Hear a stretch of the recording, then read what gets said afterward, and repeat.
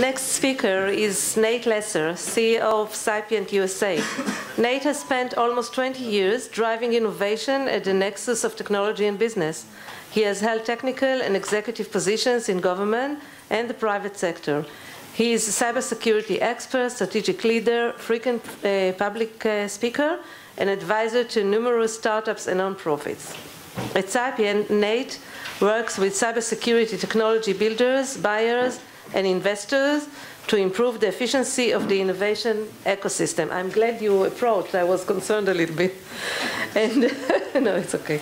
And the lecture title would be Complexity is the Root of All Evil, or how it means him, learn to stop worrying and love attacks.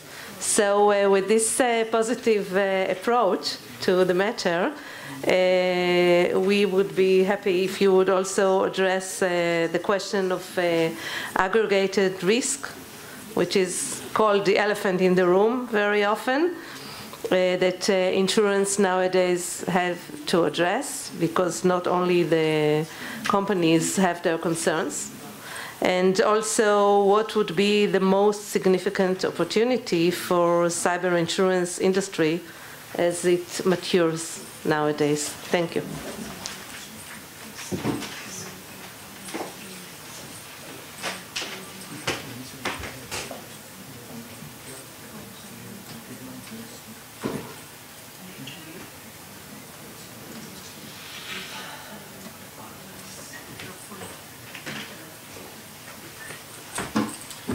Thank you. So I recognize I stand between you and coffee. You stand between me and coffee, which is probably a bigger issue. And Ram didn't tell me beforehand that the beach was an alternative option. I have no idea why you all are still here. But thank you, and thanks for taking a few minutes to listen to me. I put together some slides on the plane. They're basically white slides with some words on them. So I guess it's important, I think, to start from the perspective of understanding how old our industry is, right? We are still a really, really young industry. I don't mean insurance. Insurance is a very old industry. I mean cybersecurity. It's an incredibly young industry, right? So when we think about it, and I'm not going to give a history lecture, but 1926, right? Julius Lilienfeld created the first FET. Patented the first a field effect transistor, right? But it wasn't until 1947 that anyone actually put it into practical use and built one that could be used. So just technology, right? The modern era of technology, we're talking about only the last 71 years, right? So when we talk about the pace at which our industry is maturing, and you look around at conferences like this one, it's easy to think that we're a very mature industry. We aren't. But there are a lot of things that I think we can do to start moving in the direction of maturity. I also, before I got started on these thoughts, who was it? Aviram said, talked about being NIST as a, I'm sorry, there you are, as a way of talking about risk management. As a former NIST employee, I appreciate that. Usually when we talk about being NIST, it means wandering around looking at our feet and trying to avoid other people's eyes. So it's very kind of you. So, all right, so we talk about why is it that I say complexity is the root of all evil? So cybersecurity is really hard, right? It's hard. It's really, really hard. It's hard to measure. Excuse me, airplane. It's hard to measure. It's hard to assess. It's hard to manage. Thank you. And so it strikes me as odd that we keep expecting everyone to be good at it. So I'm going to ask you, how many people in this room are cybersecurity people? Cybersecurity experts? All right, pretty good group. How many are insurance people? There we go. Okay, fantastic. I would do that at talks that I used to give when I worked at NIST, and invariably when I'd say how many people are cybersecurity people, I'd be talking to groups of doctors or lawyers, and two people in the back would raise their hands, and I'd always do this terrible thing where I'd say, nope, you're wrong. You're all cybersecurity people, right? I think I'm pithy. I'm funny. Bad news. You all have responsibility for cybersecurity, right? It doesn't make sense to do that. It's a hard thing. So why would I keep reinforcing this idea that everybody should be responsible for cybersecurity. Well, it's easy to say, right? Oh, well, if I can blame everybody else for the fact that they aren't doing the right things when it comes to cybersecurity, then I don't bear any responsibility. As a member of the cybersecurity community, I can completely hand over my responsibilities to other people and say, it's your fault. You should have never created a Facebook account. It's entirely your fault. But at the end of the day, our audiences, the people who actually matter, the organizations that we're here to serve as cybersecurity professionals, they have other jobs, right? They have day jobs. We're talking about people whose primary concerns are research and development, or saving human lives, or maybe shareholder stock price, employee welfare. Why is it that we keep telling them, you have to do a better job? It's not about us. We as an industry, we as cybersecurity experts, we don't need to do any better. It's you. It's your problem. So I think that's perhaps a fundamental place where we can start to mature as an industry and look at how we can do a better job of serving our constituency. And that way we'll start to change this notion of the paradigm that we continually see, security versus, right? Oh, well, we have to think about the trade-offs of security versus usability. We say that all the time, right? Or security versus expedience, security versus cost, security versus speed, security versus new features. And we say this day in and day out as a way of handcuffing advancement by saying cybersecurity is hard. It's hard because it's complex, but I think we really can start to do better. So I wanted to explore a couple of areas where we can do better. We'll look at some people and personal OPSEC, system design. These are areas where complexity drives the risk management challenges that we have, and of course, in talking about insurance, a great way to look at that is through third-party risk. Okay, security's hard. Great. From an operational security perspective, we can think of some really good examples, right? So we tell people you need to do better. You should use multi-factor authentication everywhere. You should use password managers. You should back up, right? You should patch your systems. These are all things that operationally take a lot of work to implement. When I was at NIST, we did a lot of work in cybersecurity and healthcare, and I had this fantastic opportunity to sit down with the head of neurosurgery at Johns Hopkins, and he was a bit of a geek, and so he pulled out his phone and he said, I want to show you this new app that allows us to connect to our EHR, electronic healthcare record system, and it's totally secure because they told me it was, and it's got this proprietary encryption. Those are, by the way, two words that if you ever hear someone put together in a sentence, run the other direction. Proprietary encryption, not a good thing, right? Fine, so it's very secure, and he pulled it up and he showed, I can grab, patients' medical records. It's awesome. And being a neurosurgeon, he wanted to look at various different types of scans, and he said, I can pull up an MRI image, and he goes to do that, and then he sets his phone down on the desk. And I said, okay, so what's going on? He said, oh, well, for some reason it takes about 5 minutes to render. I said, oh, okay, that seems like a long time. He said, yeah, they say it's because of the encryption, but whatever. I said, so is that how you actually use it? Is that how you see images of patients? He said, oh, no, that's ridiculous. My residents, they go and they pull it up on a screen, and then they send me an unencrypted text message. We, the security people, do a fantastic job of getting in the way of actual security, right? And it's because of how we build systems. It's because of how we build products, and it's because of complexity.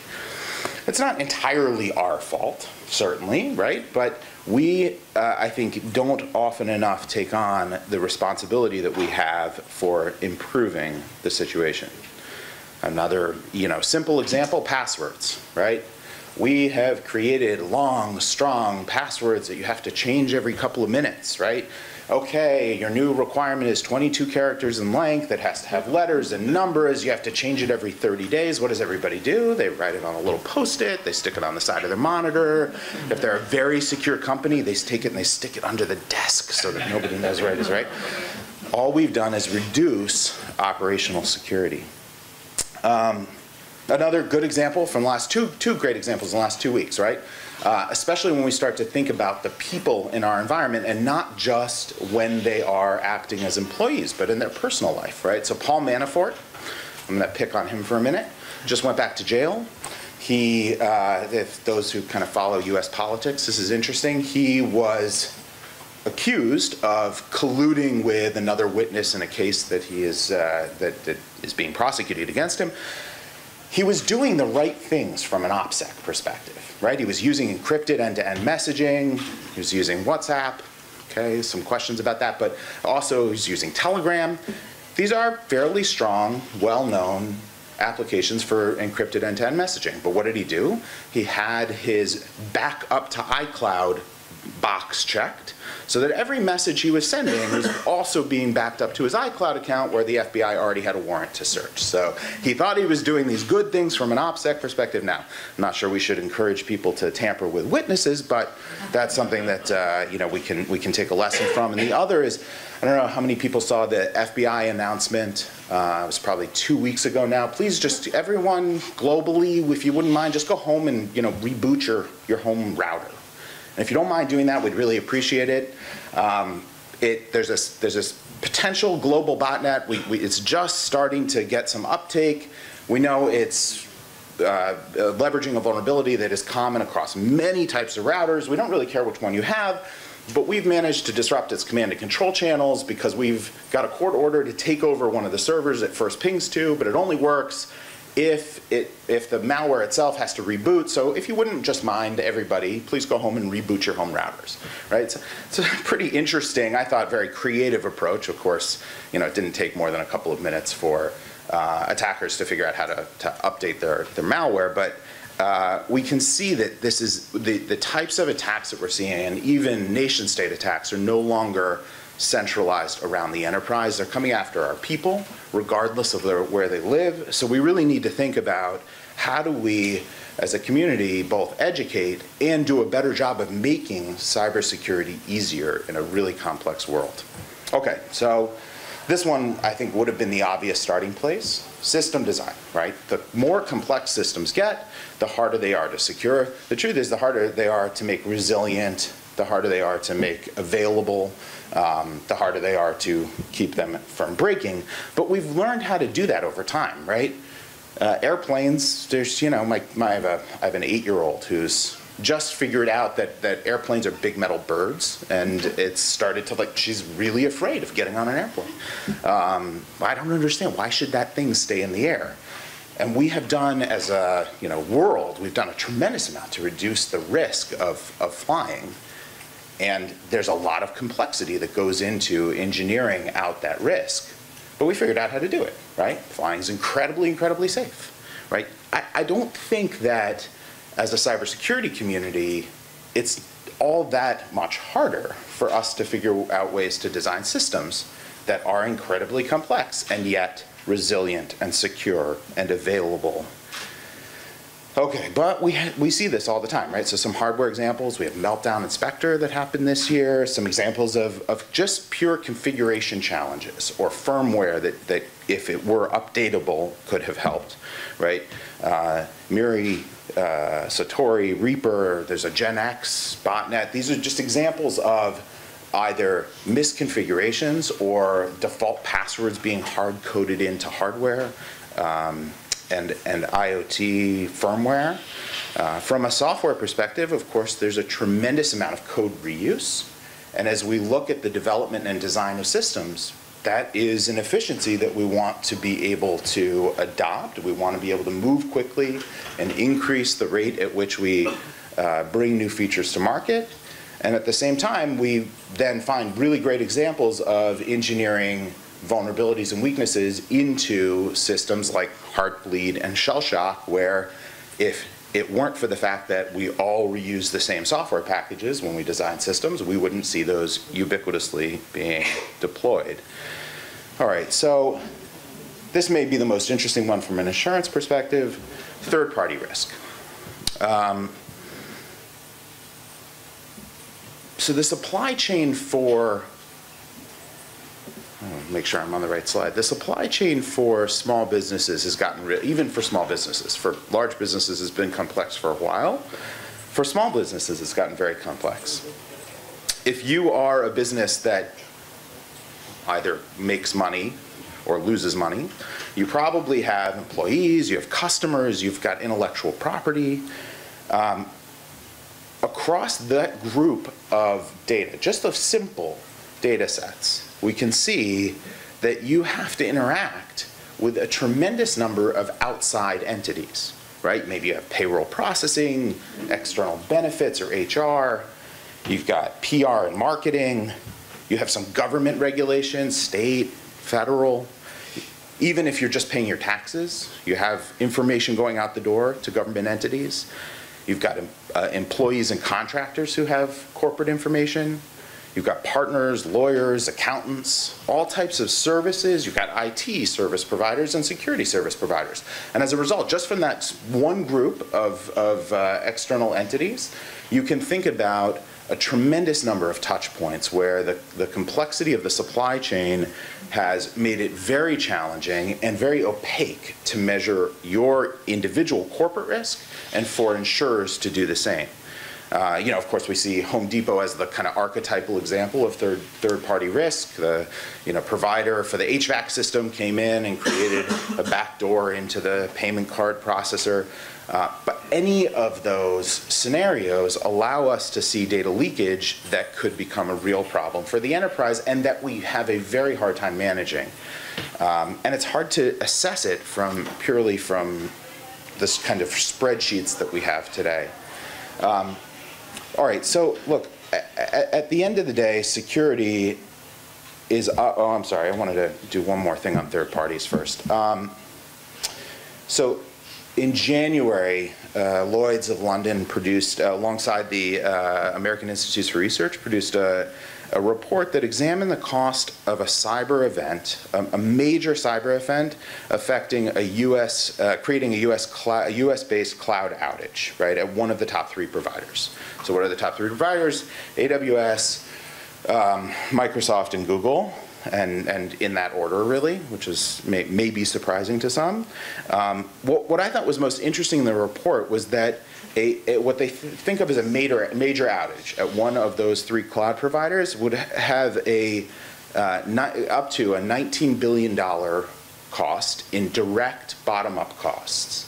So that's as measured not by the losses of brand or second and third order effects, but direct losses to the businesses using that cloud provider.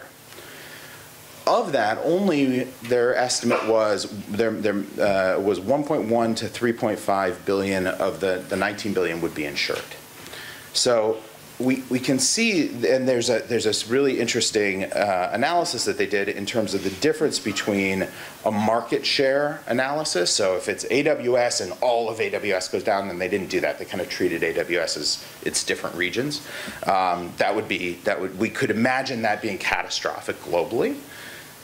However, if something like Google went down, we might not think of it as similarly catastrophic, but the interconnection between services, and in particular, those organizations which adopt multi-cloud environments, which almost every large enterprise does, makes it very challenging to understand the aggregate risk. And a simple market share analysis, according to the study, really does not adequately assess the likelihood of losses. So if I'm an insurer and I have a portfolio of cybersecurity processes, I might, cybersecurity policies, I might calculate the impact of my exposure to something like a Google outage based simply on the fact that Google has about an 18% share of the market. That is, it's likely much higher for 2 reasons. So one is, even with purely even distribution across all companies in the market, right? Market size is just an average, so that could be much higher or much lower. But more importantly, this interlinking of services creates a much higher likely exposure than the simple market size. So this is an area where I think we can do a lot better, and we come back to this question of complexity. How hard is it for me to assess in my portfolio how much exposure the companies that I'm insuring actually have to individual providers. Now, it could be true, this is a special case of a third-party provider, right? Special case of the supply chain. But I think it's one that's really illustrative of the fact that we just don't know. And today, you can't assess it through spreadsheets. It changes dynamically, right? People in the DevOps world, they're like, oh, you know what's cheaper today? It's, you know, Google's a little cheaper today, so I'm going to spin up 50 VMs in Google, and that's what we're going to be using. And then as we move to production, it turns out that I'm spending more of my time over there, so that's good. We'll use that one. The ability to ensure in that kind of a dynamic environment is a very significant challenge, although one that I think, again, we need to start looking at better tools for managing that risk. We need to start thinking about how do we move beyond spreadsheets to assess the interrelationship between companies and their providers. So that's third-party risk. I'm winding up here, but I wanted to kind of come back to this idea. So even before adversaries get involved, security is up against a lot of competition. Right? We do this, and in truth, I think it's our fault, right? The cybersecurity community. Security versus usability. Security versus expedience. Security versus cost, right? Security versus speed. We have a tendency to say cybersecurity is hard. I just heard about this Australian phrase. I think it's mostly the too hard basket, right? We're going to do these things, oh, and then you know what? This one's too. We're going to put it in the too hard basket, right? And we tend to do that. To make security simple is hard. Designing good systems is hard. Ensuring that our people are secure is really hard. But as a technology community, right? We can do better. We've seen that we can keep airplanes in the air. I think we can, you know, the idea that we can take a transistor that's really only 71 years old and then squeeze billions of them into this thing, right? I think we can do better. So we need to build. I think we need to make it better. As a technology community, as a cybersecurity technology community, we need to build better solutions, better products, better interfaces, better partnerships, better collaborations. We need to be able to, somebody else had made a fantastic point about this pace at which attackers collaborate, the pace at which attacks are increasing. We need to do a better job of collaborating. We need better standards. We need better best practices. And this is simply the fact that we are a nascent industry is not an excuse for not maturing at the same pace that we expect the technology to advance. So we can build better, and I think we must. Security continues to be hard, and we need to make it our problem, not just the problem of our constituents. So how can insurers help? So I think the insurance industry is actually poised to do something very cool, right? So unlike pretty much the rest of the world, right? We say, okay, measuring security is hard, so I guess we won't do it. Right? Insurers have a unique data set that no one else has access to, which is claims data. We're hitting the point where, while maybe not comprehensive and maybe not that mature yet, the insurance industry has data on the cybersecurity claims. And that is a pretty good proxy. It's as good as any one I've seen for breaches. Understanding the size of a claim, understanding the underlying assets that were breached, understanding the losses associated with it is a fantastic proxy for cost of a breach. It's a fantastic proxy for the likelihood of a breach. And if we had better application data, and this is an area where I would argue the insurance industry could do a lot better, if applications weren't, here, go fill out this spreadsheet with a bunch of questions, and you know, I'm a NIST guy, but a bunch of questions that say like, oh, how do you do against the functions, categories, and subcategories in the cybersecurity framework? But had better assessment tools, we could align our understanding of an organization's maturity posture at a very individual snapshot in time with its likelihood of a future claim. And I think that's where we start to move towards data that insurance companies and across other fields are more comfortable with, the kind of actuarial data that we don't have today. yes, functionally, at the end of the day, it's all about risk management. And those same tools, those that allow us to collect better information, that allow us to collect real-time information, that allow us to move beyond spreadsheets and into better assessments will also apply to third parties and therefore allow us to better aggregate risk and to do a better job of protecting globally those where my individual exposure may be low or may be insurable to the point where I feel I'm comfortable with it, but I have created aggregate risk that is I've one piece of an aggregate risk puzzle that is a real problem for us as a society. So again, let's stop using spreadsheets. Let's build things more secure. And I think there's a great role for the insurance industry to play in helping to advance the reducing complexity for our users and advancing the science of cybersecurity. Thank you.